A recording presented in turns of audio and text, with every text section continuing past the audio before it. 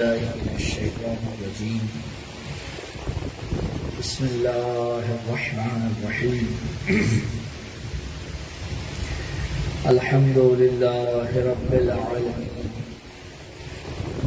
بارئ الخلائق أجمعين فاطر السماوات والأرضين باعث الأنبياء والمرسلين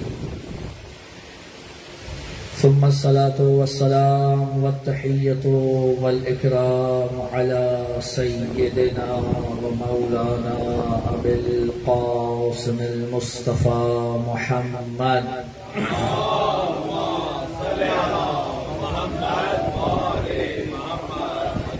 وعلى أهل بيته الطيبين الطاهرين المعصومين المظلومين المنتجبين المنتخبين ولعنة الله على أعدائهم أجمعين من الأولين والآخرين يا رب العالمين. أما بعد فقد قال سبحانه وتعالى في محكم كتابه المجيد: فأعوذ بالله من الشيطان الرجيم. بسم الله الرحمن الرحيم. وما أرسلناك إلا رحمة للعالمين. صلوات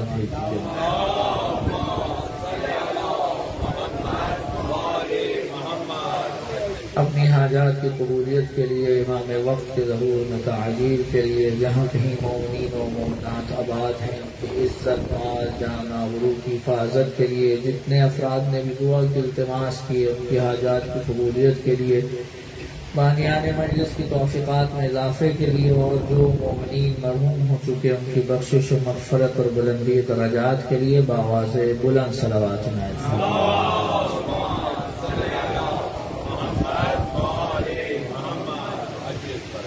اعلان محترم سلسلہ گفتگو کی چوتھی نشست ہے، اور موضوع آپ کے اذہان میں جیسا کہ موجود ہے، شان و مقام و منزلت حضرت رسالت مآب محمد مصطفیٰ صلی اللہ علیہ وسلم.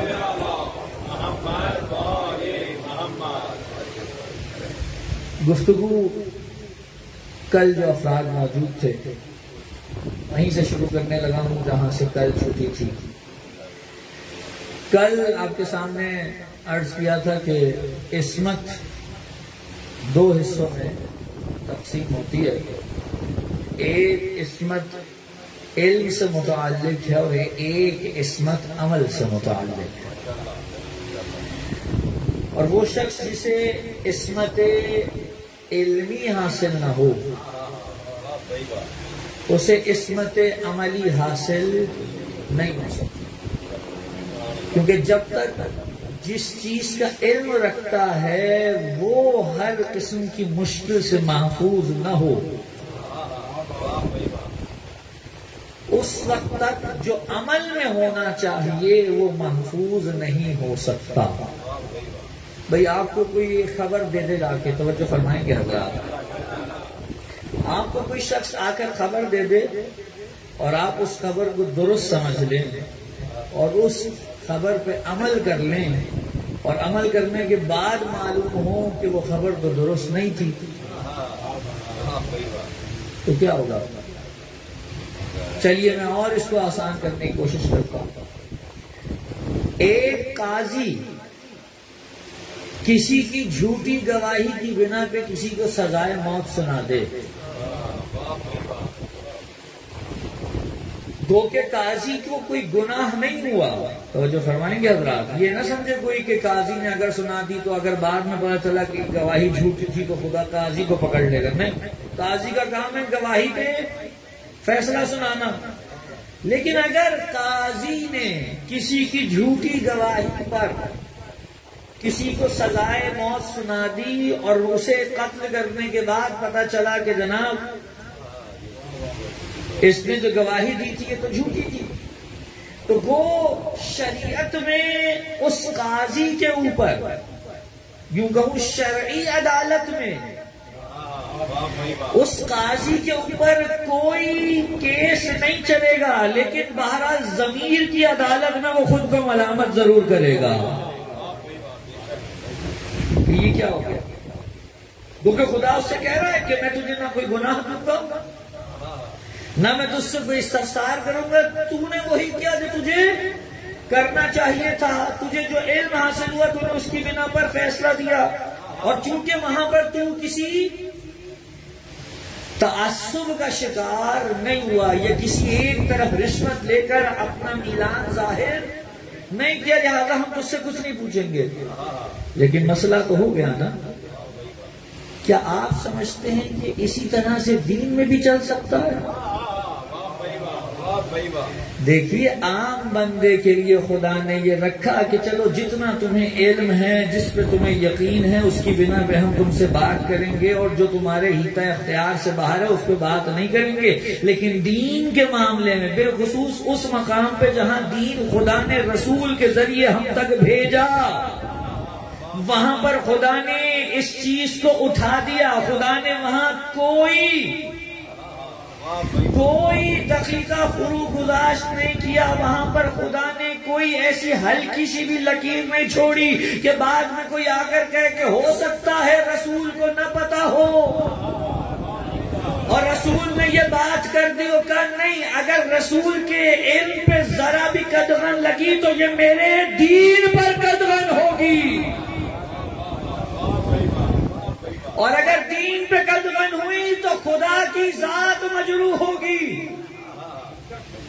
دیکھیے اگر کہیں پر کوئی بات چل رہی ہو، توجہ فرمائیں گے حضرات، اگر کہیں کوئی بات چل رہی ہو اور خبر یہ آئے کہ جی فلاں شخص نے غلطی کر دی ہے، مثلا میں مثال دوں آپ کو کہ آپ یہاں سے جا رہے ہوں کراچی، اور کراچی جانے کے لیے آپ استعمال کریں جہاز کو، اور آپ جا کے بورڈنگ کارڈ وغیرہ لے لیں اور ویٹنگ روم میں بیٹھ لیں، اور ویٹنگ روم میں بیٹھنے کے بعد کچھ دیر بعد اعلان ہو کہ چلیے آئیے جناب آپ کی پرواز تیار ہے، آپ تشریف لے آئیے، اور آپ جا کے بیٹھے، اور بیٹھنے کے بعد جب آپ اپنی بیلٹس کس لیں اور اعلان ہو کہ بھائی ہم اب 30,000 فٹ کی بلندی پر پرواز کرتے ہیں، مثلاً 1.25 گھنٹے میں کراچی لینڈ کر جائیں گے، اور جب یہ اعلان ہو جائے اس کے بعد 40 منٹ کے بعد جب آپ اچھی خاصی بلندی پہ پہنچ چکے ہوں تو جو آگے بیٹھا ہوا ہے کارپٹ میں کیپٹن، وہ وہاں سے اعلان کرے کہ دیکھو لوگوں مجھے تو جہاز چلانا نہیں آتا، میں تو آگے بیٹھ گیا، اللہ کرے میری آواز ہی پہنچ رہی ہو، میں تو آگے بیٹھ گیا، دیکھو اگر تو میں صحیح چلاؤں تو تم چپ کر کے بیٹھے رہنا، اور اگر ذرا سی بھی کوئی دائیں بائیں ہو اور جہاز کو جھٹکے لگیں اور کوئی مشکل ہو تو مجھے آ کے بتانا کہ اسے کیسے چلاتے ہیں، کیسے اڑاتے ہیں۔ تو وہ جو لوگ بیٹھے ہوں گے وہ کہیں گے بھائی جب چلانا آتا نہیں تھا تو آگے بیٹھے کیوں تھے؟ بھئی کیا ضرورت پڑی تھی آگے بیٹھنے کی؟ جب آپ کے پاس اس کو چلانے کا علم ہی نہیں تھا تو آپ کو پڑی کیا تھی یہاں آئیں اور آگے بیٹھ کے ان 200 بندوں کی جان بھی مشکل میں ڈالیں، چلیں آپ کے ساتھ تو جو ہونا ہو، لیکن جب دوسرے 200 بیٹھے ان کی جان کا عذاب میں ڈال دیا آپ نے، اور اگر خدا نخواستہ بالفرض جہاز صحیح لینڈ کر گیا تو لینڈ کرنے کے بعد جو کیس چلے گا وہ پائلٹ کے خلاف چلے گا، کیپٹن کے خلاف چلے گا، اس کے خلاف چلے گا ہے جی، کمپنی کے خلاف چلے گا کہ بھئی ایسے بندے کو انہوں نے یہاں لا کر کیوں بٹھایا۔ خدا نہ خواستہ اگر رسول پہ ذرا بھی حرف آیا تو رسول پہ نہیں،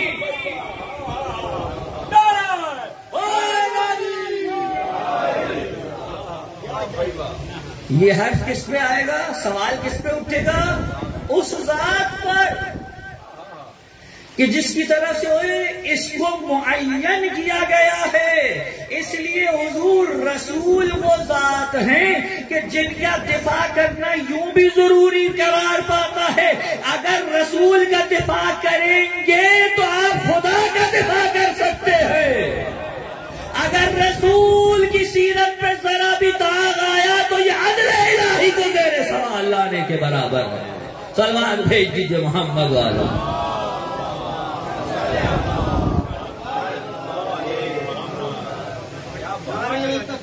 اللہ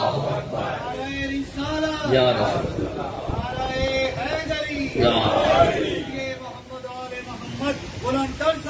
اللہ.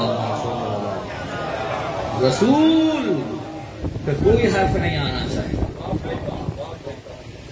اور یقیناً رسول پہ کوئی حرف لایا جا بھی نہیں سکتا. دیکھیے میں ایک جملہ کہہ رہا ہوں، خدا کرے کہ یہ پہنچ جائے، مجھے اس کو زیادہ کھولنا نہ پڑے. بڑی مجبوریاں ہیں، آپ جانتے ہیں. ایک تو مصیبت یہ ہے کہ ہر چیز لائف چل رہی ہے. اب ہماری زبان پہ اتنے بڑے بڑے تالے لگے ہوئے ہیں کہ جس کو نہیں بھی سنانا وہ بھی سنتا ہے، اور جنہیں سنانا ہے وہ نہیں سنتے. ٹھیک ہے جی. تو حضور عرض کر رہا ہوں، رسول کی ذات واقعاً اس قدر عالی مرتبت تھی ہے اور رہے گی کہ ہم جیسے کم مایا افراد تو اس کے بارے میں کلام بھی نہیں کر سکتے. واقعاً ہم شان رسالت کو کیا بیان کریں، وہی جتنی ہمارا ظرف ہے. وہ ایک معروف مقولہ ہے کہ جب آپ کسی سمندر کے کنارے کھڑے ہوں اور سمندر میں آپ کوئی سوئی ڈال دیں تو سوئی کا جو سوراخ ہوتا ہے اس کا ناپا تو جو ہے نا، اسے ڈال کے واپس نکالیں تو اس کے اندر آپ دیکھیں گے پانی ہوگا، سوراخ کے اندر پانی بھر جاتا ہے. اب کوئی کہے کہ جناب سوئی میں کیا اتنی ظرفیت ہے کہ وہ اپنے ناکے میں پورے سمندر کو سمولے؟ سوئی میں کہاں ظرفیت ہے؟ تو پھر کیا کرے گا؟ بس اتنا ہی کر لو جتنا تمہاری ظرفیت ہے. تو شان رسالت جو ہے وہ تو ایک سمندر ہے، اور ہم جیسے افراد وہ سوئی ہیں جن کے ناکے میں جتنا آ جائے اس کے مطابق بیان کر دیتے. ورنہ ہم جیسے وہ کیا معلوم ہے. لیکن اب بعض افراد ایسے تھے جن کے معاملات کچھ اور تھے. وہ رسول کو رسول مانتے ہوئے رسول کے ساتھ نہیں ہوئے. ان کے معاملات اور تھے. کسی کو کچھ چاہیے تھا، کسی کو کچھ چاہیے تھا، کسی کو کچھ چاہیے تھا. تو نتیجہ کیا نکلا؟ نتیجہ یہ نکلا کہ اب آخر میں نتیجہ جو بالکل نہائی نتیجہ تھا وہ یہ ہوا کہ دیکھو کچھ ایسے معاملات ہیں کہ ہم جانتے ہیں جن کے ساتھ ہم کھڑے ہیں انہیں اوپر نہیں اٹھایا جا سکتا. جتنا زور لگا لیا جائے انہیں اوپر نہیں اٹھایا جا سکتا. تو کیا کریں؟ کافر رسول کو بھی چلے آؤ. پھر وہ باتیں بیان کرو کہ اگر کوئی آ کر ہمیں کاؤنٹر کرنے کی کوشش کرے کہ یہ دیکھو یہ تاریخ میں کیا لکھا ہے، تو ہم بھی کہنے کو کیا ہوا، رسول کے لیے بھی لکھا. بات سمجھ آئی کہ نہیں آئی؟ اکثر چیزیں تو اس لیے آ گئی کیونکہ رسول کے برابر دیکھیے اب جانشین کے لیے تو پھر ضروری ہے نا کہ کچھ تو مماثلت ہو. اور رسول کا ساتھ رسول جیسی ہستی، تو نتیجہ کیا ہوگا؟ نتیجہ یہ ہوا کہ رسول کی ذات سے متعلق ایسی ناروا باتوں کی نسبت دی گئی کہ اگر ان کو مان لیا جائے تو خدا کی عدل پہ حرف آ جائے. خدا کا دین ستیہ ناش پڑ جائے، دین کا نسیت منسیہ ہو جائے دین. کل میں نے گفتگو ذہن میں ہے نا کہاں چھوڑی تھی؟ مقام علمی عصمت اور مقام عملی عصمت. مجھے آج ایک اور استدلال کرنا ہے اگر آپ میرا ساتھ دیں. یہ تو سبھی کو معلوم ہے کہ آیت تطہیر سورہ احزاب کی آیت نمبر 35 کا ایک ٹکڑا انما یرید اللہ لیذھب عنکم الرجس اہل البیت ویطہرکم تطہیرا.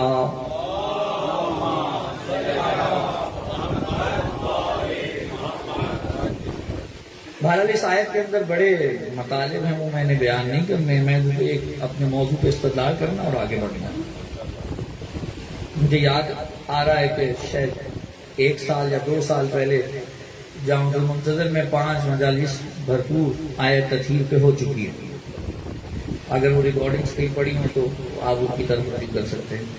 یہ بات وہاں بیان نہیں کر پایا تھا میں. آیت کہہ رہی ہے کہ اب اس طرح میں بحث نہیں ہے کہ کون ہے کون نہیں ہے، ٹھیک ہے نا. آیت تطہیر میں کون داخل ہے کون خارج ہے، ابھی ہمیں اس سے کوئی بحث نہیں ہے. ہمیں فی الحال یہ بحث ہے کہ آیت کہہ رہی ہے جو بھی ہیں رجس ان سے دور ہے، جو بھی ہیں رجس ان سے دور ہے. اچھا رجس کتنی قسم کے ہوتے ہیں؟ ایک تو ہے ظاہری، مثلا کوئی جا رہا تھا، جاتے جاتے کوئی نجس چیز اس کے لباس یا اس کے بدن سے لگ گئی، مس ہو گئی، تو اب کیا ہے، شریعت کہتی جاؤ پاک کرو، غسل کرو. یہ جس طرح سے بھی اسے پاک کیا جا سکتا ہے. مثلا جا رہے تھے گلی میں، جناب کوئی کتا بیٹھا ہوا تھا، اس کے بدن پہ کوئی پانی لگا ہوا تھا، اس نے انگڑائی لے کر اپنے آپ کو جیسے ہی جھنجھوڑا تو وہ سارے چھینٹے آپ پہ آ گئے. تو کیا ہوا جی، آپ کا لباس اور آپ نجس ہو گئے. یہی ہے، یہ ہے جی ظاہری نجاست، اور ایک ہے باطنی نجاست. ایک ہے باطنی نجاست. باطنی نجاست کیا ہے؟ ہو سکتا ہے کلمہ پڑھ کر ظاہر پاک ہو جائے،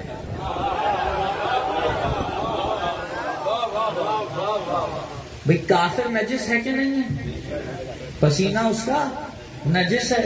اگر آپ کا یا اس کا کسی کا ایک کا ہاتھ گیلا ہو اور آپ مس کر دیں تو شریعت کہتی ہے کہ بھئی نجاست منتقل ہو گئی، ہاتھ نجس ہو گیا، لباس نجس ہو گیا.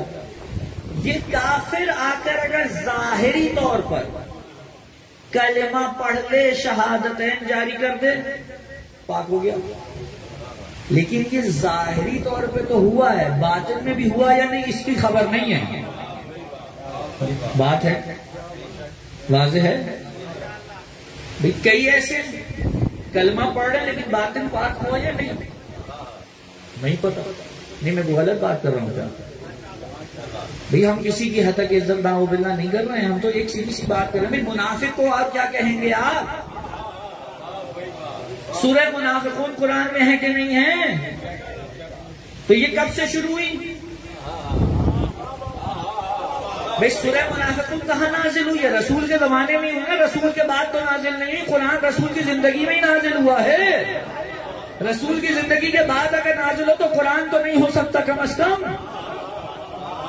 تو رسول کی زندگی میں نازل ہوا ہے قرآن مجید، اور پوری سورہ منافقون کے نام سے، اور اس کے علاوہ متعدد مقامات میں منافقین کا تذکرہ ہے. تو اتنی بات تو طے ہے کہ اگر قرآن میں اچھے افراد کے تذکرے ہوں اور یہ اصول طے پا جائے کہ جناب جتنے بھی اچھے افراد کے تذکرے ہیں ان کے پہلے مخاطب رسول کے زمانے کے افراد ہیں، تو یہ بھی تو طے ہوگا کہ جو بری آیات ہیں ان کے مخاطب بھی رسول کے زمانے کے افراد ہیں.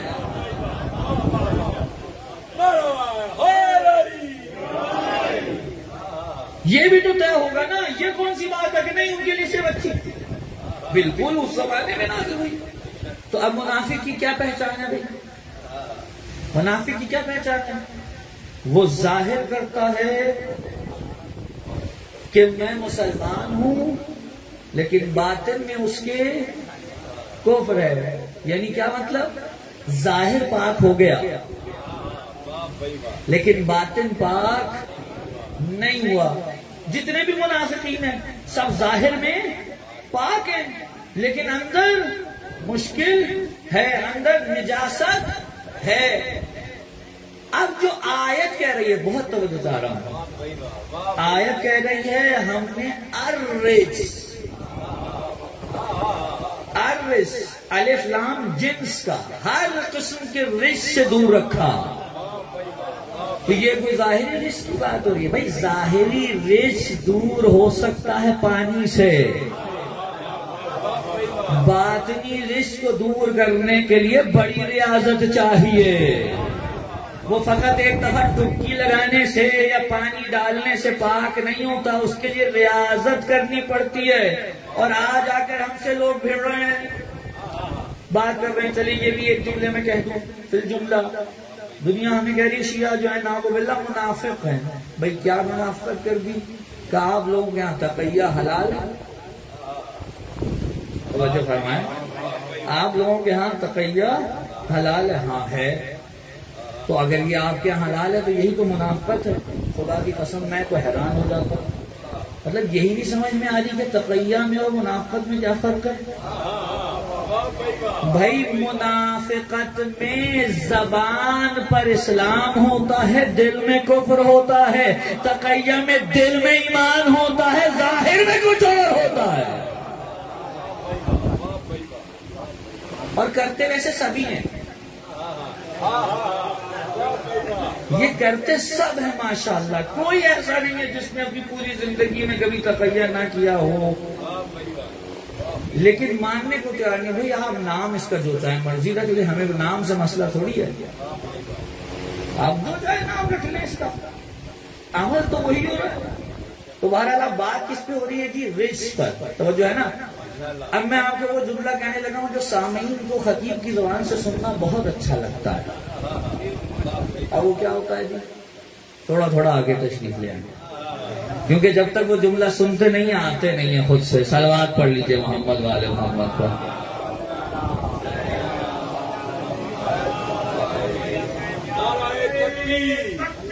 اللہ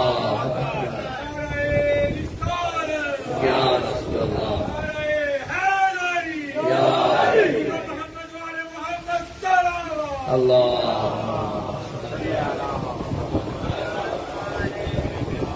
تو الرزق توجہ فرما رہے ہیں حضرات، ہر قسم کا رزق، یعنی فقط ظاہری رزق کی بات نہیں ہو رہی ہے، اصل ہے وہ باطنی رزق. باطنی رزق میں کیا گناہ ہے؟ باطنی رزق میں کیا ہے؟ حسد ہے، اخلاقی بیماریاں ہیں. یہ سارا کیا ہے جی؟ باطنی رزق. توجہ فرما لی حضرات. اب ایک جملہ کہنا چاہتا ہوں، ہر وہ چیز جو نقص ہے وہ رزق ہے. ہر نقص رزق. کیونکہ نقص میں شاید پہلی تقریر میں یہ عرض کر چکا، نقص یعنی کیا؟ نقص یعنی کیا؟ کمال کا نہ ہونا نقص ہے.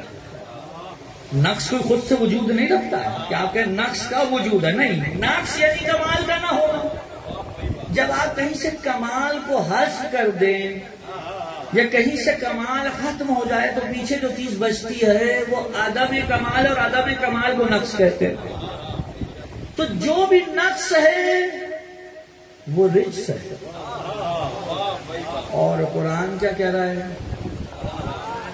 ہم نے ہر رزق کو دور رکھا ہے. نہیں بات نہیں پہنچ رہی ہے. حضور مجھے یہ بتائیے علم کمال ہے یا نہیں ہے؟ کمال ہے، علم کمال ہے. اور علم اگر نہ ہو تو علم کے نقص کو کیا کہتے ہیں؟ عدم علم کو کیا کہتے ہیں؟ جہل. یعنی جہل نقص ہے، نقص رزق ہے. اگر جہل رزق ہے تو خدا نے تو کہہ دیا میں نے جہل کو دور رکھا ہے. اور یہ اب کا دور نہیں رکھا، یہ جب سے ہے اس وقت سے دور رکھا ہے. تو ماننا پڑے گا ان کا علم اور عصمت اس درجے پر ہے، کوئی شے ایسی ہے نہیں جو علم کہلائے اور ان کے پاس نہ ہو.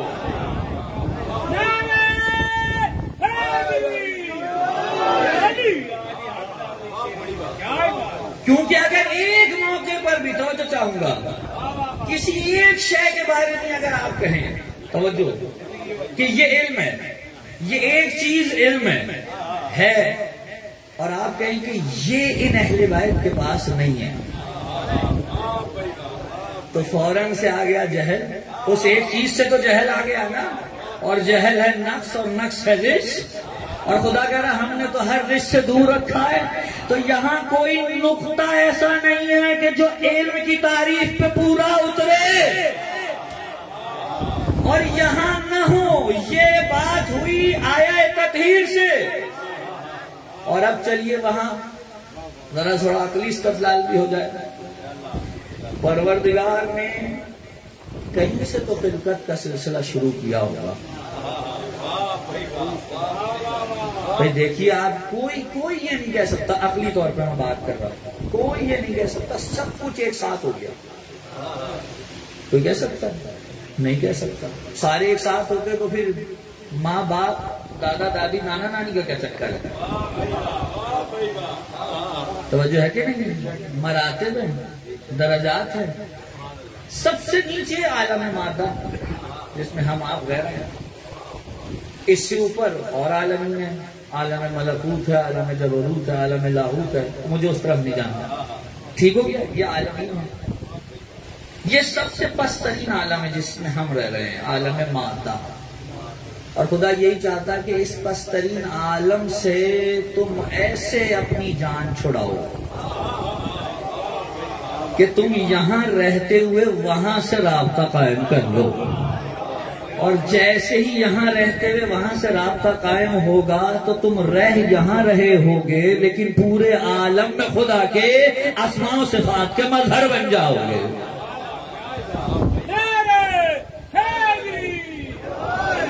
طلب یہی کر رہا ہے خدا.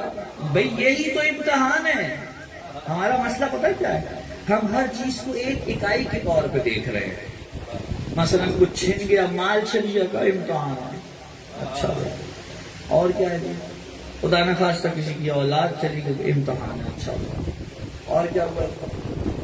کسی کی ملازمت چلی گئی، رزق میں کمی ہو گئی. مادی رزق کی بات کر رہا ہوں. البتہ یہ بھی مصیبت ہے کہ ہم نے رزق فقط کھانے پینے کو سمجھ رکھا ہے. یہ رزق نہیں ہے بھائی.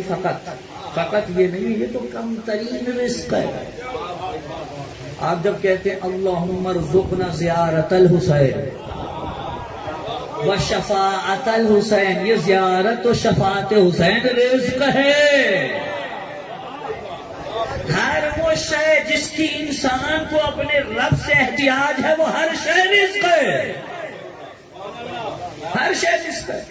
تو ہم نے یہ سمجھا کہ بھئی ظاہری مادی چیزیں کم ہو گئی، یہ امتحان ہے. قبلہ اس کو تھوڑا اونچا جا کر دیکھنا پڑے گا. یہ ایک ایک اکائی کو نہ دیکھیں. آپ کا خود اس دنیا میں آنا ہی کلن امتحان ہے. آپ سمجھ رہے ہیں کہ مصیبت آئے گی تو امتحان ہوگا؟ نہیں، وہ تو ایک الگ چیز ہے. خود دنیا میں آنا ہی امتحان ہے. اور اس امتحان کو اس دنیا میں رہتے ہوئے پاس کرنا ہے تو پھر اس کے بعد آپ کو نمبر ملیں گے، گریڈز ملیں گے. اب میں آج کی زبان میں بات کروں تو یہی کروں گا کہ آپ کو پھر گریڈز ملیں گے. یہ جو جنت کے طبقات کا تذکرہ ہے نا، یہ اصل میں گریڈز ہیں. کہ کون کس گریڈ میں آتا ہے. کوئی ایسا جو 33 لے کے پاسنگ مارکس والا ہوگا، چلو بھائی. کوئی ایسا ہوگا کہ جو مثلا بی گریڈ کا ہوگا، کوئی ہوگا اے گریڈ کا، کوئی ہوگا A+. تو جو فرما لیا تھا. تو یہ آپ کا اس دنیا میں آنا ہی کلن ایک امتحان ہے. بہرحال بات کہاں سے چلی کہاں آ گئی؟ میں تو کہیں اور لے کے جانا چاہ رہا تھا. کہاں لے جا رہا تھا بھائی؟ ہاں جی نہیں، وہ تو پرانی بات ہوگی. وہ اصلی بات شروع کی تھی نا. مجھے یاد ہے، یہ نہیں سوچے گا میں بھول گیا. آپ سے پوچھ رہا ہوں. بات یہ ہو رہی تھی حضور کے 4 عالم ہیں. ٹھیک ہے نا؟ عالمین کا سلسلہ. سب سے کم تر عالم کون سا ہے؟ عالم مادہ جس میں ہم رہ رہے ہیں. اس سے اوپر بھی ہیں. جب بھی آغاز خلقت ہوگا تو کسی نقطے سے ہوگا. اور آغاز کون کرے گا؟ اللہ کرے گا. اللہ کون ہے؟ پہلی تقریر میں عرض کیا کون ہے اللہ؟ کمال مطلق. یعنی کوئی شے ایسی جسے آپ کمال تصور کریں اور کہیں کہ نعوذ باللہ یہ خدا کی ذات میں نہیں ہے، اس کا مطلب وہ اصل میں کمال ہی نہیں ہے. ممکن نہیں ہے کہ کوئی شے کمال ہو اور خدا کو حاصل نہ ہو. کمال مطلق.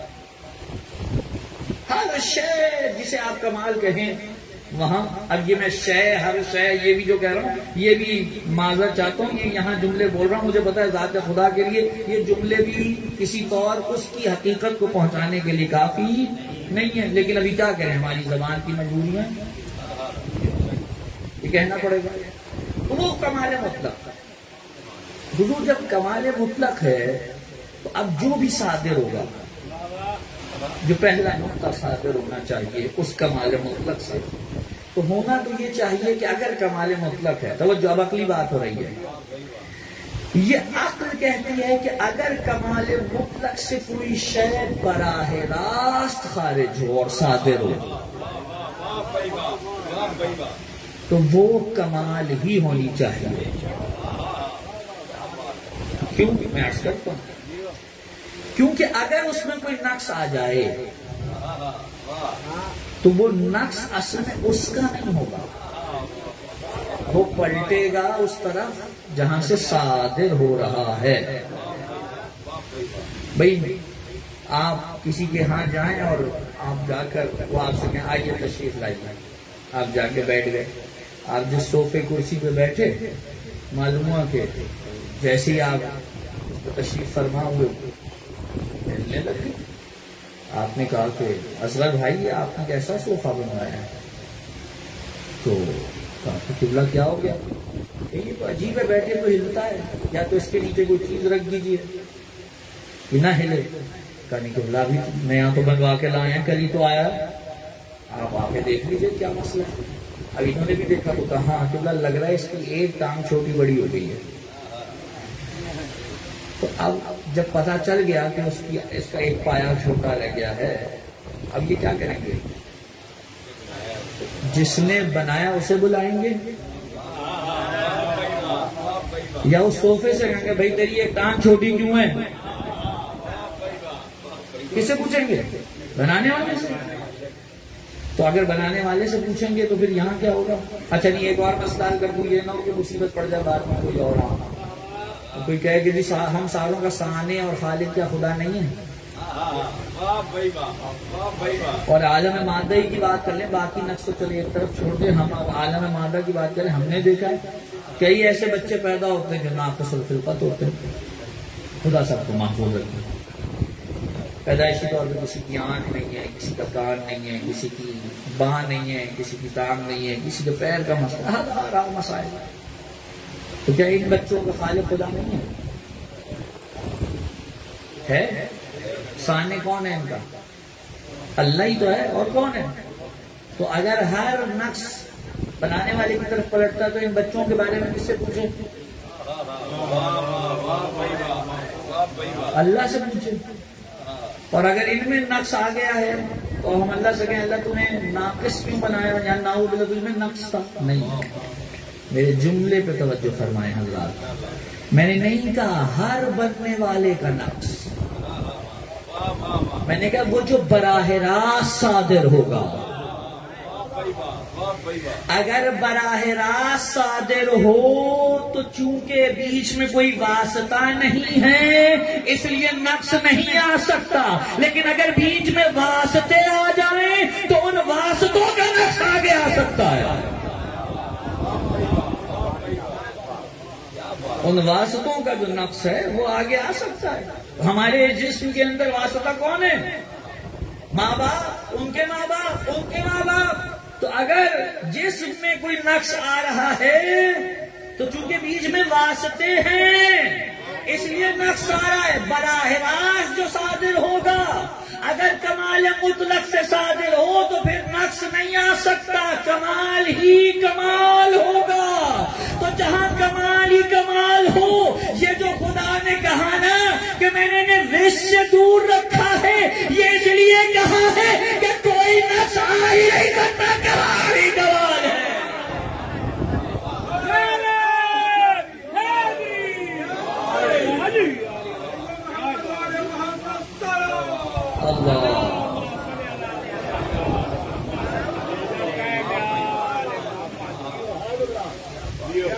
آ ہی نہیں سکتا تھا. اب کوئی کہے کہ رسول کو فلاں شے معلوم تھی یا نہیں تھی؟ اللہ کیا بات کیا. اگر آپ کو یہ لگتا ہے کہ کوئی چیز علم ہے وہ علم رسول میں نہیں ہے تو وہ علم ہی نہیں ہے. یہ آپ نے کیا بات کرتے ہیں؟ وہ کمال ہے. اب مجھے ایک اور استدلال کرنا ہے، اجازت ہے؟ میں عقلی استدلال کرنا چاہ رہا ہوں. میں کوئی آیت سے تو یعنی اس کو ملا دیا ہے تطہیر سے، لیکن اب ایک اور اپنے استدلال کرنا چاہ رہا ہوں۔ دیکھیے حضور، آپ نے دو اصطلاحات کو سنی ہوں گی، مجھے یاد ہے کہ آج سے شاید 5 سال پہلے یا 6 سال پہلے میں نے جامع منتظر میں تقریریں کی تھیں، تو ادھر موضوع جو طے پایا تھا وہ تھا حقیقت معجزہ۔ اور نیام میں بڑا ایک مسئلہ تھا سوشل میڈیا پہ، کچھ معجزات کو لے کر وہ شیعوں کی بڑی جد بنائی جا رہی تھی اس وقت، تو ضروری سمجھا تھا کہ اس موضوع کو تقریر ہوں۔ ادھر میں نے مفصل بات کی تھی، اب موقع نہیں ہے، محل نہیں ہے۔ دو اصطلاحات استعمال وہاں بھی کی تھی، ابھی کر رہا ہوں، اگر کوئی چاہے وہ اشراف خمسہ چھپ بھی چکا ہے، کتابی صورت میں بھی ہے وہ بہرحال۔ اس میں نے عرض کیا تھا کہ دو چیزیں ہوتی ہیں، ایک ہوتی ہے جی علت اور دوسری ہوتی ہے معلوم۔ علت یعنی جو وجود بخشے اور معلوم جو وجود میں آئے، تو جو ہے یہ قاعدہ ہے کہ اگر علت مادی نہ ہو، تو علت مادی ہے، اگر علت مادی نہیں بلکہ مجرد ہو یعنی میٹا فزکس سے متعلق ہو، اس میں کیا ہوتا ہے کہ علت مجرد معلول مجرد کے اوپر یا غیر مجرد کے اوپر تسلط رکھتی ہے، یعنی جو کچھ علت کے پاس ہے وہ اصل میں، جو کچھ معلول کے پاس ہے اصل میں وہ علت کے پاس تھا، اور اگر علت کے پاس نہ ہوتا تو وہ معلول کو دے نہیں سکتا تھا۔ تو جو ہے اللہ کے پاس تو سب کچھ ہے، اللہ تو علت العلل ہے، ہر شے جہاں جا کر رکے گی وہ ذات پروردگار، ہر کمال جہاں جا کے رکے گا وہ ذات پروردگار، کسی کا کوئی کمال اپنا ہے ہی نہیں، کیا رسول، کیا اہل بیت، کیا کوئی اور، کسی کا اپنا کچھ نہیں ہے، سب کچھ جو ہے وہ پروردگار کا دیا ہوا ہے۔ لیکن اب اس کے بعد یہ جملہ کہتے ہوئے مجھے اتنی خوشی محسوس ہوتی ہے کہ سب کچھ خدا کا ہے، اس کا اپنا ہے، کسی سے لیا نہیں ہے، اور اس نے اپنا سب کچھ جو دینے لائق تھا وہ اہل بیت کو دیا۔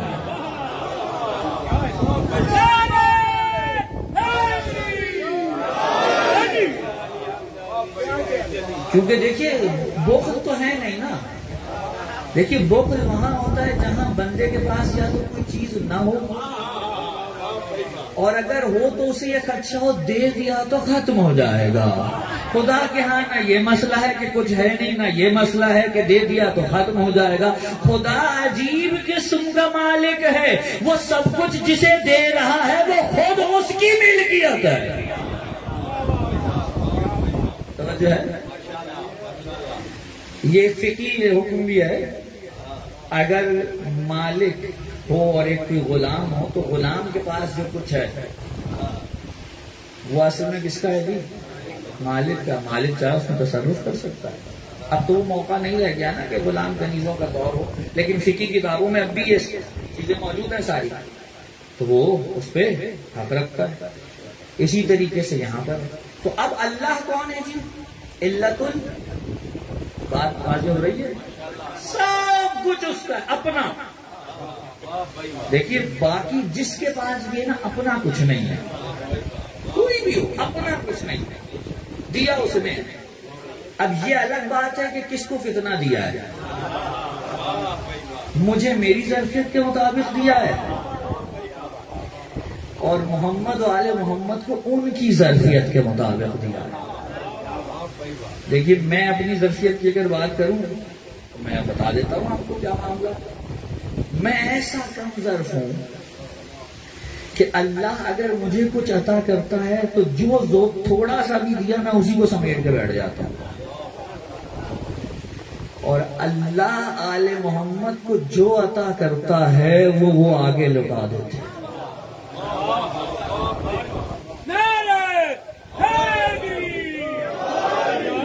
وہ آگے گئے آگے دے دیتے، تو جو ہے نا رازق میرا بھی پروردگار ہے، رازق محمد و آل محمد کا بھی پروردگار ہے، مجھے وہ دیتا ہے میں سمیٹ کے بیٹھ جاتا ہوں، انہیں دیتا وہ تقسیم کر دیتے ہیں۔ ٹھیک ہے جی. البتہ مجھے بھی جو دیتا ہے وہ گزر کے آتا انہی کے ہاتھوں سے. اس پہ زیادہ بات نہیں کروں گا. صلوات پڑھ لیجیے محمد والا محمد. ہاتھوں سے مراد یہ مادی ہاتھ نہیں لے لیجیے گا. ہاں پتہ چلے کوئی مادی ہاتھ مراد دے لے، یہ محاورتن کا ہے. تو اب اللہ کا سب کچھ اپنا، کسی سے نہیں لیا. خدا دینے والا لینے والا نہیں ہے، وہ بے نیاز ہے. اللہ الصمد، کیا جی اللہ الصمد کیا ترجمہ فرماتے ہیں اس کا جی؟ اللہ بے نیاز ہے، اسے کسی کی ضرورت نہیں ہے. کسی کی ضرورت نہیں ہے. اگر کسی کے دماغ میں ذرا سا بھی خلفشار ہے نا، ذرا سا بھی نقطے برابر دور کر لے. اچھا اس دنیا سے جانے سے پہلے ہی یہاں پر سارے معاملات دور ہو جائیں تاکہ وہاں کوئی مصیبت نہ آئے. اللہ کو کسی کی ضرورت نہیں ہے. اگر ہمارے کسی ماشاءاللہ شاعر نے، خدا اہل بیت کی شان میں شاعری کرنے والوں کو خدا اور توفیقات میں اضافہ کرے، لیکن بعض اوقات کبھی کبھار غلطی ہو جاتی ہے آدمی سے، مسئلہ نہیں ہے. معصوم تو کوئی نہیں ہے نا بھائی، غلطی ہو سکتی ہے. اگر کوئی لکھنے والا، نظم کرنے والا کوئی مصرع یوں باندھ دے کہ جناب علی نعوذ باللہ اللہ کا گزارا ان کے بغیر نہیں ہے، یا اللہ کو ان کی ضرورت ہے، نہیں، غلط نہ کہیے. اللہ کو کسی کی ضرورت نہیں ہے. سب کو اللہ کی ضرورت ہے، اللہ کو کسی کی ضرورت نہیں ہے.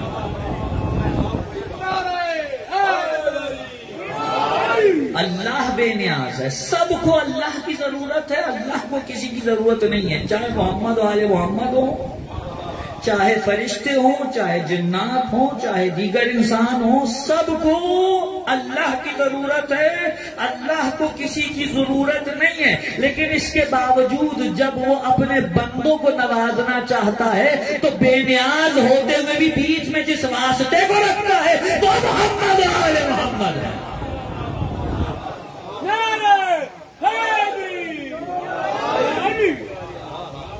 اسے کسی شے کی ضرورت نہیں.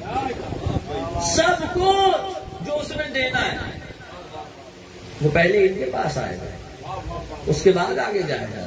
واسطہ فیض یہ ہر شے کے لیے. علم فیض ہے کہ نہیں ہے نا؟ اور اس فیض کو دینے والا فیاض کون ہے؟ پروردگار. واسطہ فیض ہونے کے لیے ضروری ہے کہ یہ ظرفیت ہو کہ خدا سے براہ راست لے سکیں. کیونکہ ہر شے براہ راست آپ نہیں لے سکتے، ظرفیت کی ضرورت ہے. لوگ کہتے ہیں خدا قادر نہیں ہے، قادر تو ہے. آپ میں کیا یہ ظرفیت ہے کہ آپ لے سکیں؟ مجھ سے کوئی کہے جناب آپ کے پاس کا یہ طاقت ہے کہ آپ جگ کے سارے پانی کو گلاس میں ڈال دیں، میں کہوں گا میں چاہوں تو ڈال سکتا ہوں، لیکن مسئلہ گلاس کا ہے. اس کی ظرفیت جیسی تمام ہوگی، پانی جتنا ڈالو چھلک جائے گا. مسئلہ یہاں میری قدرت کا نہیں ہے، مسئلہ گلاس کی ظرفیت کا ہے. اللہ کے یہاں بھی یہی معاملہ ہے. آپ کہہ رہے ہیں کہ اللہ خود سے سب کو نہیں دے سکتا، بھائی دے سکتا ہے، لیکن مسئلہ سامنے والے کی ظرفیت کیا ہے کہ کیا وہ لے بھی پائے گا کہ نہیں لے پائے گا. یہ مثال میں شاید متعدد مرتبہ دے چکا ہوں، لیکن اس سے بہتر میرے پاس مثال نہیں ہے واسطہ فیض کو سمجھانے کے لیے. توجہ میری طرف رہے گی. آپ اگر بیٹھے ہوں اور جناب علی کوئی آپ سے پوچھے کہ یہ جو بلب جل رہا ہے اور یہ جو ساؤنڈ سسٹم چل رہا ہے، ساری انسٹرومنٹس میں الیکٹرک انسٹرومنٹس یہ جو آپ استعمال کر رہے ہیں یہ کیسے کام کرتی ہیں؟ بجلی سے. تو بجلی سے کام کرتی ہیں تو پھر کیا کرنا ہے؟ بجلی کہاں سے آتی ہے؟ کہا جی ہمارے یہاں ہائیڈرو الیکٹریسٹی ہے، وہ ایک بہت بڑا پانی کا ذخیرہ ہے، اور اس پانی کے ذخیرے سے ایک موٹی دھار میں پانی ایک پنکھے پہ گرایا جاتا ہے جسے ٹربائن کہتے ہیں، اور دوسری طرف اس کے دو مغناطیس بڑے بڑے لگے ہوئے، اور جب وہ تیزی سے اس میں روٹیٹ ہوتا گھومتا ہے تو پھر کرنٹ جنریٹ ہوتا ہے، اور وہاں سے نکال کے ایک ذخیرے میں رکھا جاتا ہے، اسٹور کی جاتی ہے بجلی، پھر وہاں سے تاروں کے ذریعے سے جناب عالی شہروں میں اور شہروں سے پھر علاقوں میں اور علاقوں سے پھر جناب عالی محلوں میں اور ٹرانسفارمر تک پہنچ گئی، پھر وہاں سے تاریں نکلی گھر تک، گھر سے باہر ایک آپ کے ڈبہ بنا دیا گیا، اس کے اندر بجلی کی تاریں آ گئی، وہاں سے نکال کے فیوز گھر میں آ گیا، سارا معاملہ۔ توجہ ہے بھائی؟ اتنی زحمت کیوں کر رہے ہیں آپ؟ کیا پڑی ہے اتنی زحمت؟ بلا وجہ میں تاروں پہ اتنا خرچہ، اتنی مصیبت، اتنی محنت، اس کو جا کے براہ راست ٹربائن سے جوڑیں۔ تو کیا ہو گیا مولانا؟ مطلب آپ نے ساتھ چھوڑ دیا کیا؟ تو کیوں کیا ہوا؟ کہ ایسا ممکن ہی نہیں ہے، کیوں؟ کہ یہ کہاں برداشت کر سکتا ہے اسے؟ یہ تو کیا کوئی بھی چیز برداشت نہیں کر سکتی؟ کہ کیوں نہیں برداشت؟ کہا وہاں پر اصل منبع سے حاصل شدہ چیز کو ذخیرہ کیا گیا ہے، اور وہاں سے جس کی جتنی ظرفیت ہے اس کے مطابق پہنچانے کے لیے یہ زحمت ہے۔ اگر ظرفیت سے کم دی تو بھی کام نہیں چلے گا، اگر زیادہ دی تو بھی کام نہیں چلے گا، تو ضروری ہے ایک ذخیرہ ہو، اور اس کے بعد ہر جگہ جتنی ظرفیت ہو اتنی مقدار میں پہنچائی جائے۔ خدا نے براہ راست جسے خلق کیا اسی کو اپنے فیض کا مرکز و ذخیرہ بنایا ہے، ہر فیض وہاں پہنچے گا، اور پھر جس کی جتنی ظرفیت ہوگی وہاں سے آگے تقسیم ہوگا۔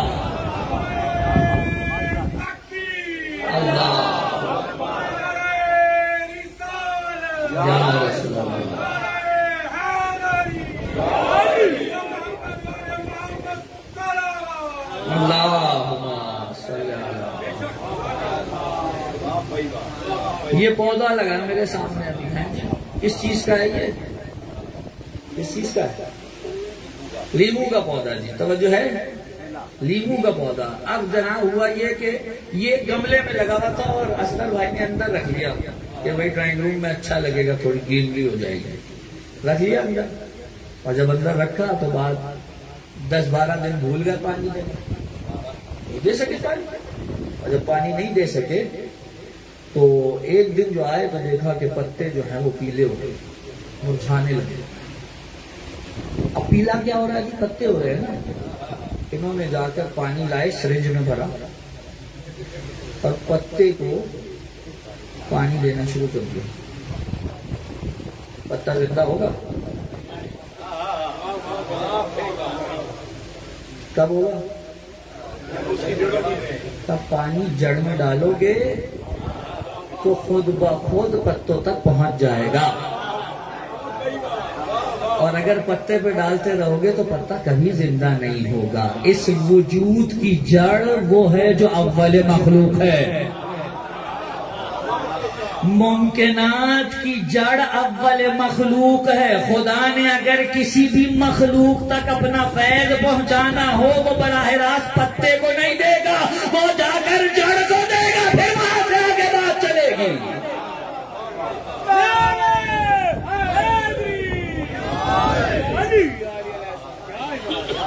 توجہ فرمائیں، توحید محفوظ ہے، مرتبہ اور مقام رسالت مآب اور اول مخلوق محفوظ ہے۔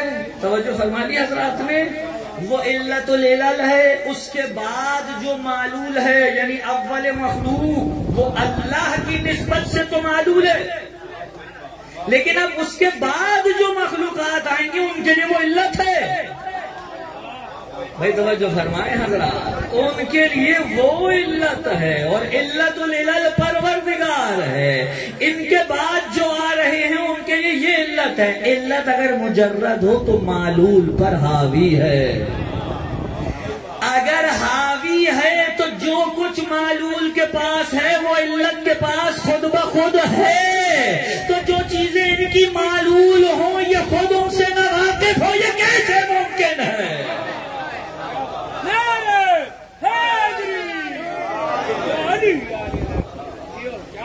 کیسے ممکن ہے؟ اب آپ کچھ بھی کہیے اس صادر اول کو، اس مخلوق اول کو کوئی تو ہوگا، یہ عقلی بات ہے، سب ایک ساتھ نہیں ہو سکتا، ایک نقطہ چاہیے آغاز کا۔ اب میں یہاں وہ ٹھیٹ فلسفی ملا صدرہ کی بحث نہیں چھیڑنا چاہتا کہ الواحد لا یصدر منہ الا الواحد، نہیں، وہ تو مسئلہ بگڑ جائے گا۔ پھر مجھے پتا ہے کہ آج تو آپ یہاں سے جیسے تیسے چلے جائیں گے، لیکن کل کون آئے گا پھر یہ اللہ ہی جانتا ہے۔ صلوات پڑھیے محمد وآل محمد پر، ٹھیک ہے نا؟ ایک اور صلوات سنائے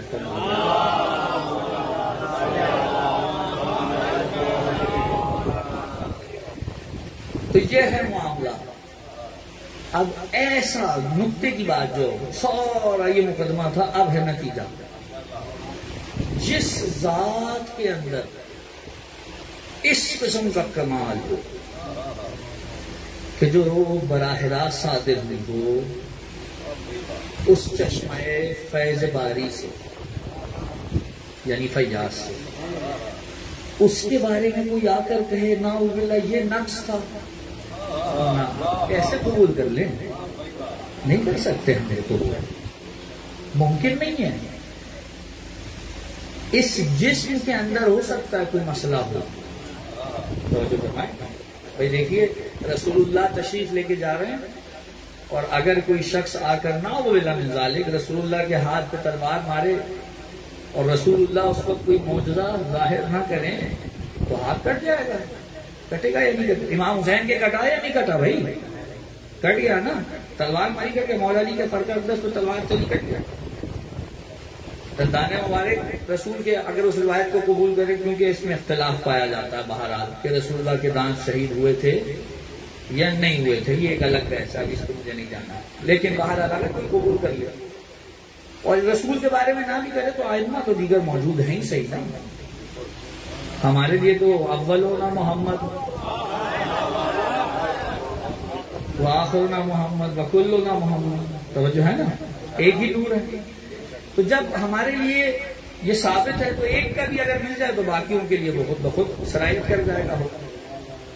جسم پہ ہو سکتا ہے کوئی حملہ کرے، کوئی عضو جسم کا جدا کر دے، قطع کر دے، لیکن وہ جو کمال باطنی ان کو خدا نے عطا کیا ہے، وہ جو ہے ہم جب بھی استمداد کی بات کرتے ہیں، ہم جب بھی ان سے توسل کی بات کرتے ہیں، ہم جب بھی ان سے استغاثے کی بات کرتے ہیں، ہم جسم سے نہیں کرتے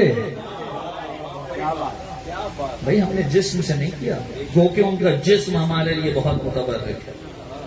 ہم اس جسم کی زیارت کے لیے جاتے ہیں جو نجف میں، کربلا میں، کاظمین میں، سامرا میں، مشہد میں، قم میں موجود ہے، بڑا ہمارے لیے مقدس ہے، لیکن ہم نے استمداد کبھی اس جسم سے طلب نہیں کیا، ہم نے تو اس صاحب جسم کے اس صاحب کمال سے طلب کیا ہے جسے کمال خدا نے عطا کیا ہے۔ ایسی شخصیت کے لیے عقلی طور پہ کیا کوئی کہہ سکتا ہے کہ نہ ہوتا اس میں ایسا نقص تھا یا اس میں یہ کمی تھی یا وہ اس چیز کو جانتے نہیں تھے؟ نہیں، ممکن ہی نہیں ہے۔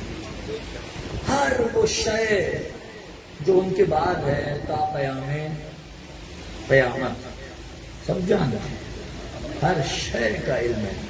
بھئی یہ روایات آپ نے کیا علی سے نہیں سنی، اور یہ تو اہل سنت نے نقل کیا، اور اہل سنت کی آپ کی صحیح سند ہے۔ اگر کوئی حوالے مانگنا چاہے میں عرض کر سکتا ہوں، صحیح سند ہے۔ کیا کہ علی نے سلونی پوچھو یہی کہا نا۔ اب کوئی آ کر کہتا اگر علی سے کہ یا علی مجھے قیامت تک ہونے والے کچھ موٹے موٹے معاملات بتا دیجیے، تو علی کیا کہتے ہیں؟ نہیں یہ میں نہیں بتا سکتا۔ تو پھر دعویٰ کرنے کا فائدہ کیا ہوا؟ جب کہہ رہے ہیں کہ پوچھ لو جو چاہے مرضی پوچھنا چاہتے ہو، اس سے پہلے کہ تم مجھے کھو دو، میں آسمان کے راستے زمین کے راستوں سے بہتر جانتا ہوں۔ گو کہ اس جملے پہ بڑی ایک بحث ہے، لیکن وہ میں نہیں چھیڑتا۔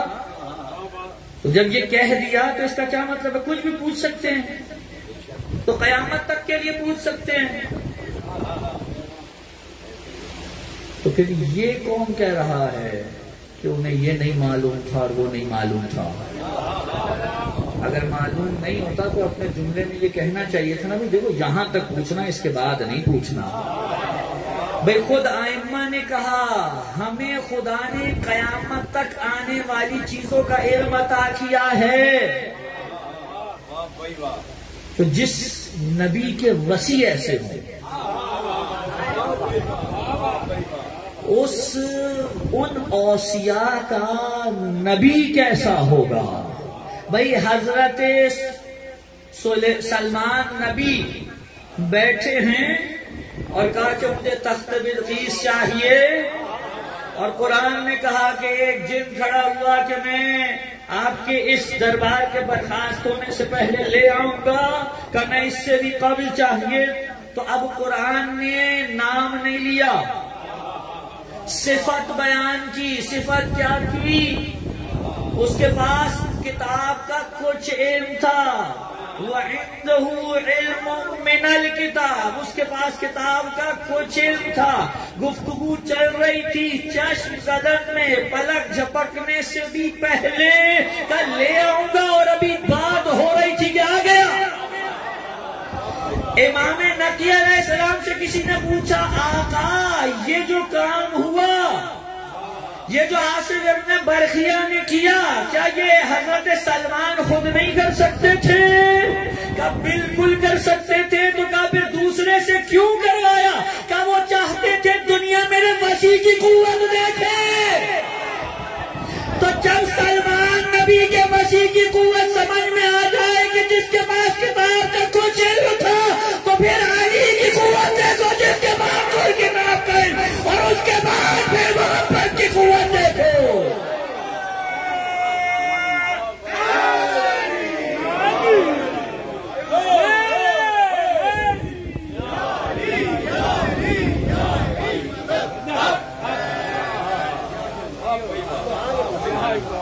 جملہ کہوں سلمان، تو توجہ چاہتا ہوں، حضرت سلیمان نبی نے، حضرت سلمان نبی نے جو کیا، توجہ ہے، سلمان نبی نے جو کیا وہ اصل میں تعارف ظاہراً تو وسیع کا تھا، حقیقت میں اپنا تھا کہ دیکھو جس کا وسیع ایسا ہو وہ نبی کیسا ہوگا.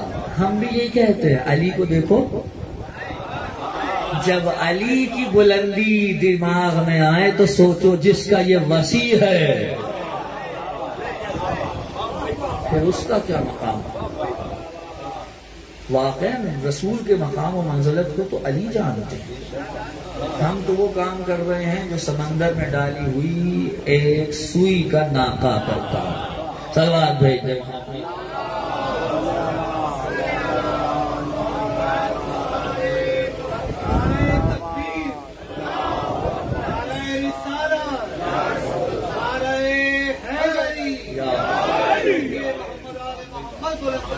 اللہ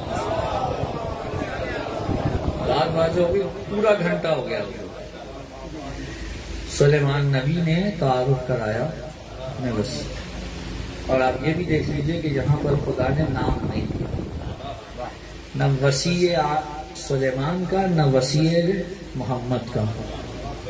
یہ آج آپ کا بڑے سن رہے ہوں گے ہر جگہ سے، اتنی بڑی ضرورت تھی امامت اگر دین کی تو نام لے لیتا. تو جو ہے نا سب کا اچھا. واقعی میں حیران ہوتا ہوں کہ جو لوگ اپنے آپ کو مفسر کتاب اور مفسر قرآن اور شیخ الحدیث اور نہیں معلوم کیا کیا ٹیگوں سے نوازتے ہیں، انہیں یہ اتنی سی بات نہیں سمجھ میں آ رہی کہ اسلوب قرآن کیا ہے. یہ اسلوب ہے قرآن کا، وہ نام نہیں لیتا، صفت بیان کرتا ہے. قرآن حضرت سلیمان نبی کی بات کرے گا ان کے وسیع کی تو نام نہیں لے گا. سب کو پتا آصف ابن برخیہ. قرآن نے نبی کے وسیع کی بات کی تو نام نہیں لیا. کہا وَعِنْدَهُ عِلْمُ الْكِتَابِ وَمَنْ عِنْدَهُ عِلْمُ الْكِتَابِ، جس کے پاس کتاب کا علم، کل الف لام جنس کا کل کتاب کا علم ہے. قرآن نے نام نہیں لیے، نہ وہ لینا چاہتا ہے، کیونکہ جانتا ہے نام لیے تو ناموں والے بہت سے پیدا ہو جائیں گے، صفات والے پیدا نہیں ہوں گے.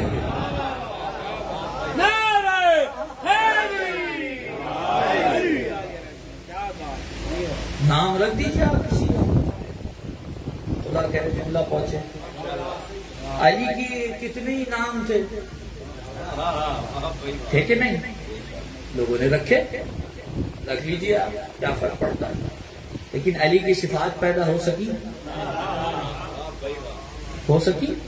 نہیں ہو سکی. صرف نام رکھنے سے تو کوئی باطل کے درمیان تفریق کرنے والا نہیں بنتا. صرف نام رکھ لینے سے تو کچھ نہیں ہوتا. قرآن نے جسے کہا ہے کہ وہ صادقین میں سے ہے، وہ رہے گا. اور اگر آپ نہ مانیں تو آپ کے نہ ماننے سے کوئی فرق پڑے گا؟ نہیں پڑے گا. فرق مجھ کو ہوگا کہ جو مراد خدا لے رہا ہے اگر میں وہ نہیں لیتا تو میں بے مراد رہ جاؤں گا. خدا کو فرق نہیں پڑے گا. خدا کے سامنے حجت پیش کرنا یہ کوئی آسان کام ہے. کئی ایسے ہوں گے جو یہاں سے سوچ کے چلے ہوں گے اچھا جی اب پہنچ رہے ہیں اللہ کے سامنے حجت رکھیں گے. وہاں پہنچیں گے سوال ہی ایسا ہوگا کہ لو بھائی معاملہ ہی گیا. مثال کے طور پہ 10 سوالوں کا پیپر آنا تھا، بنا کے کہ بھائی یہ تو ضروری آئے گا، پہلے یہی اٹیمپٹ کریں گے. اور اٹیمپٹ کرنے بیٹھے تو معلوم ہوا جی پہلا ہی سوال ایسا تھا کہ کلی اکھڑ گئی. اب کیا کریں گے؟ خدا کے سامنے حجت نہیں پیش کر سکتے. کوئی ضد نہیں، کوئی تعصب نہیں. دیکھیے خدا کیا چاہتا ہے، رسول کہاں موڑنا چاہتے ہیں، اور خود پہلے رسول کو پہچانیے. خدا را اگر رسول کو نہیں پہچانیں گے سب ایسے کا ایسے دھرے کا دھرا رہ جائے. اور یہ رسول کو نہ پہچاننا ہی ہے جو اہل بیت کی پہچان نہ ہو سکے.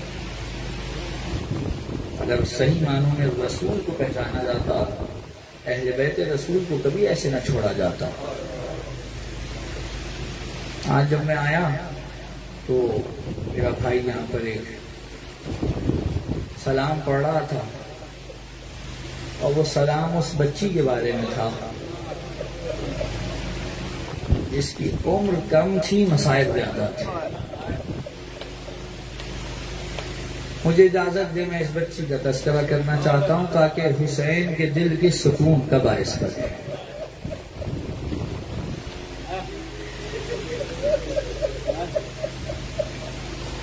عزیزارو، خدا کسی کی بیٹی پہ یہ وقت نہ لائے.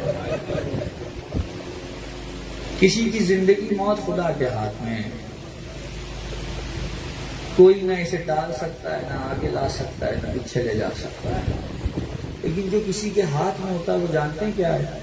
اگر کوئی گزر جائے اس کے بچے چھوٹے ہوئے تو ان کے سر پہ دست شفقت رکھ دے. یہ انسان کے ہاتھ میں ہے. جب حضرت مسلم کی شہادت ہوئی نا، امام حسین نے پورا قافلہ روک دیا. رک جاؤ، سب سے پہلے مجھے یہ بتاؤ رقیہ کہاں ہے؟ جناب عباس کی بہن رقیہ کہاں ہے؟ مسلم کی زوجہ. کب وہ اپنے خیمے اپنی محفل میں آئے، خیمے کے اندر رقیہ سے کچھ نہیں کہا. مسلم کی بیٹی کو ڈھونڈا، عاتقہ نام ہے. جیسے ہی ڈھونڈا اپنی آغوش میں لیا، پیار کیا. ماموں ہے نا، پیار کیا، ماتھے پہ بوسہ لیا، سر پہ ہاتھ رکھا. بعض روایات میں ملتا ہے کہ کانوں میں گوشوارے بھی ڈال دیے. تو ایک مرتبہ بچی اہل بیت کے گھرانے کی تھی، کہنے کی ماموں یہ آپ آج میرے ساتھ کیسا برتاؤ کر رہے ہیں؟ ایسا لگ رہا ہے جیسے میں یتیم ہو گئی ہوں. کہاں بیٹی تیرے بابا کی شہادت کی خبر آئی ہے. یہ سب کچھ ہوتا ایک اور بچی دیکھ رہی تھی.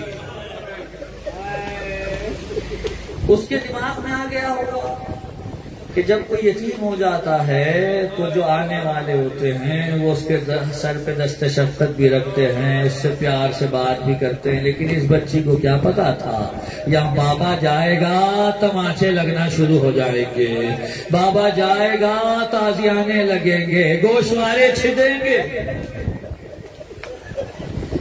عزادارو، اس بچی نے بڑی مصیبتیں اٹھائیں.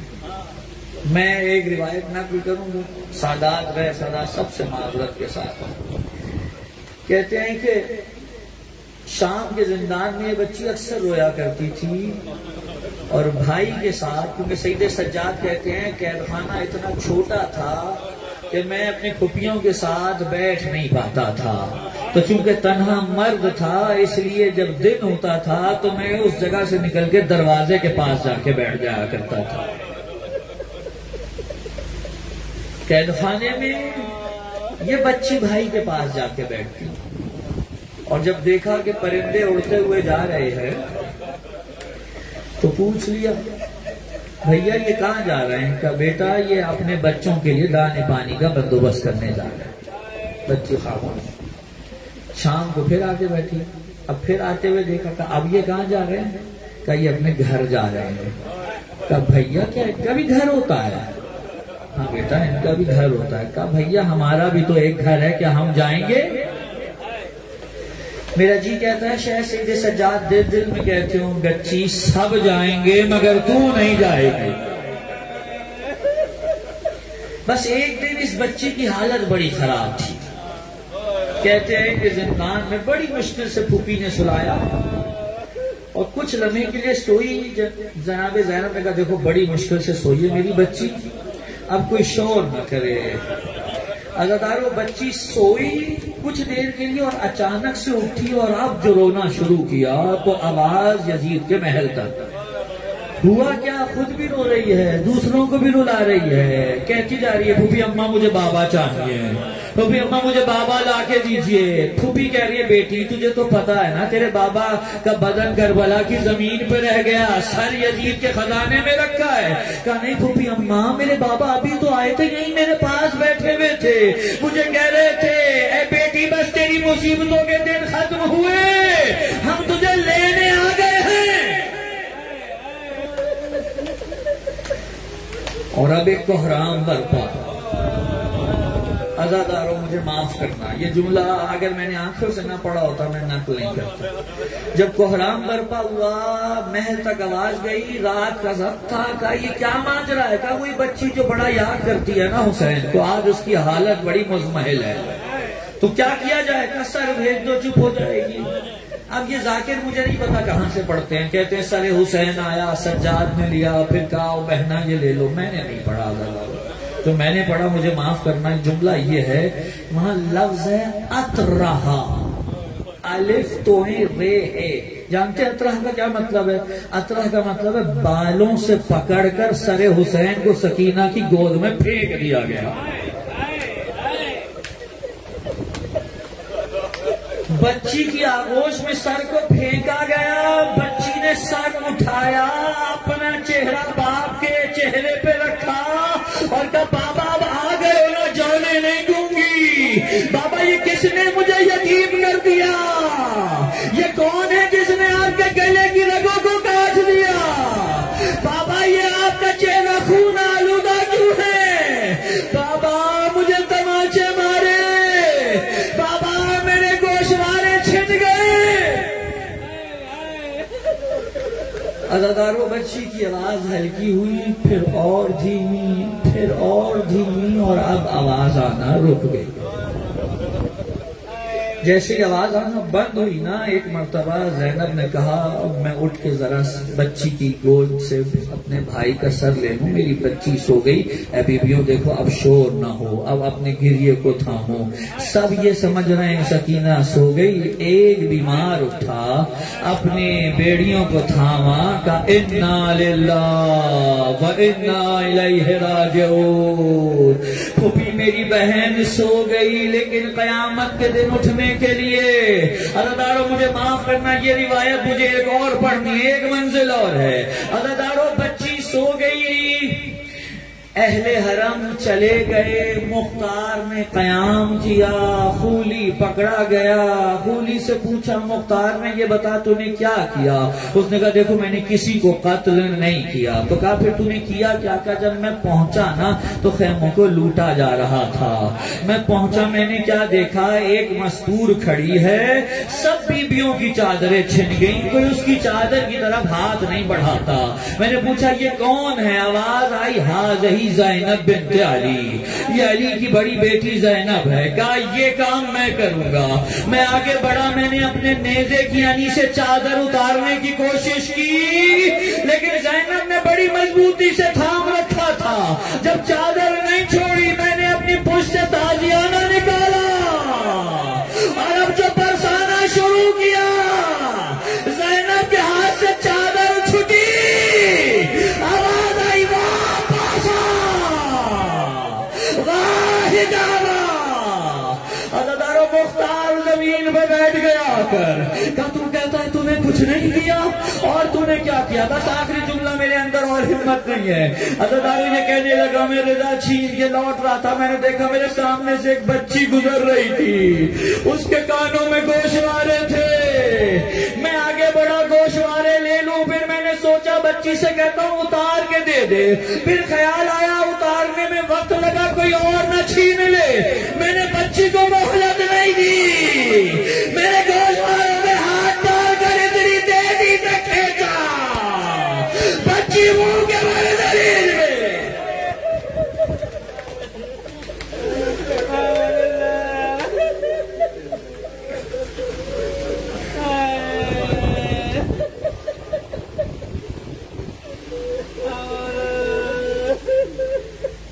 اِنَّا لِلَّهِ وَإِنَّا إِلَيْهِ رَاجِعُونَ۔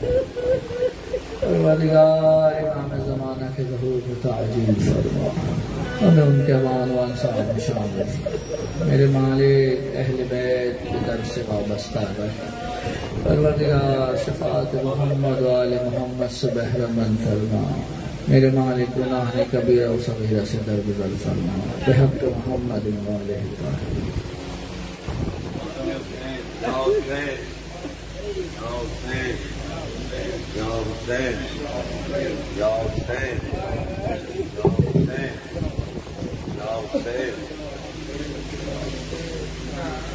مجھے آپ کے قاتل ہمارا بابا ہے، جب مجھے آپ کے قاتل ہمارا بابا، جب مجھے آپ کے قاتل ہمارا بابا، جب مجھے آپ کے قاتل ہمارا بابا، جب مجھے آپ کے قاتل ہمارا بابا، جب مجھے آپ کے قاتل نے ہمارا بابا، جب مجھے آپ کے قاتل نے ہمارا بابا، جب مجھے آپ کے قاتل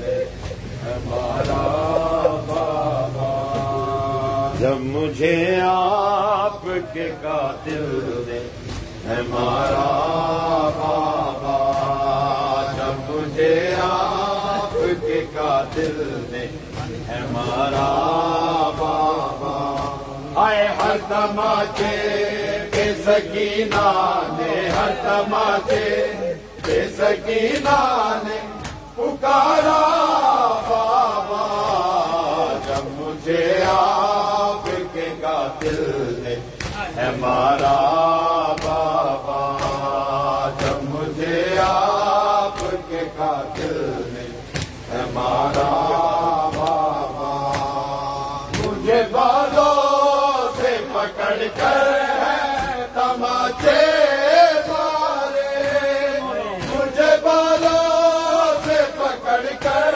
ہے تماچے مارے، میں نے سرچے سے مانگا جو تمہارا بابا، جب مجھے آپ کے قاتل نے ہمارا بابا، جب مجھے آپ کے قاتل نے ہمارا بابا، مجھے آپ کے قاتل نے ہمارا بابا، جب مجھے آپ کے قاتل نے ہمارا بابا، آئے وہ جو دریا اپنے تحفے میں مجھے بخشے تھے، وہ جو دریا اپنے تحفے میں مجھے بخشے تھے،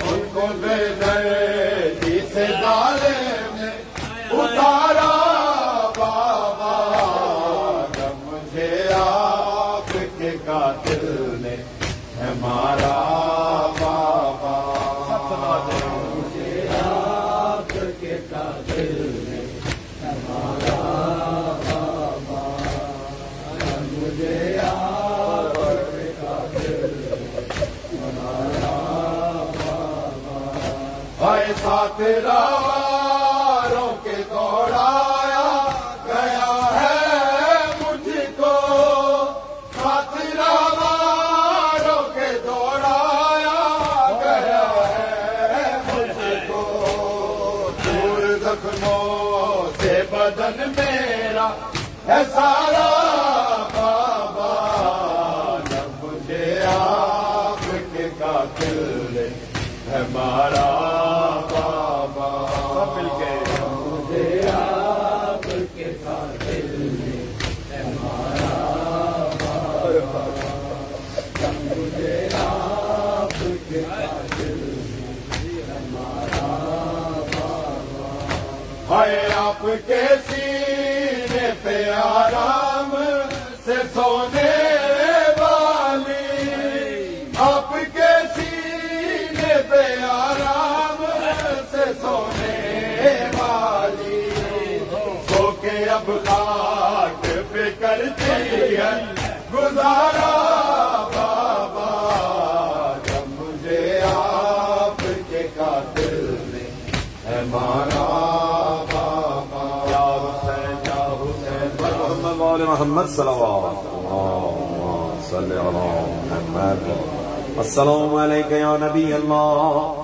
السلام علیک یا رسول اللہ، السلام علیک یا باعث الہدی، السلام علیک یا شفیع المذنبین۔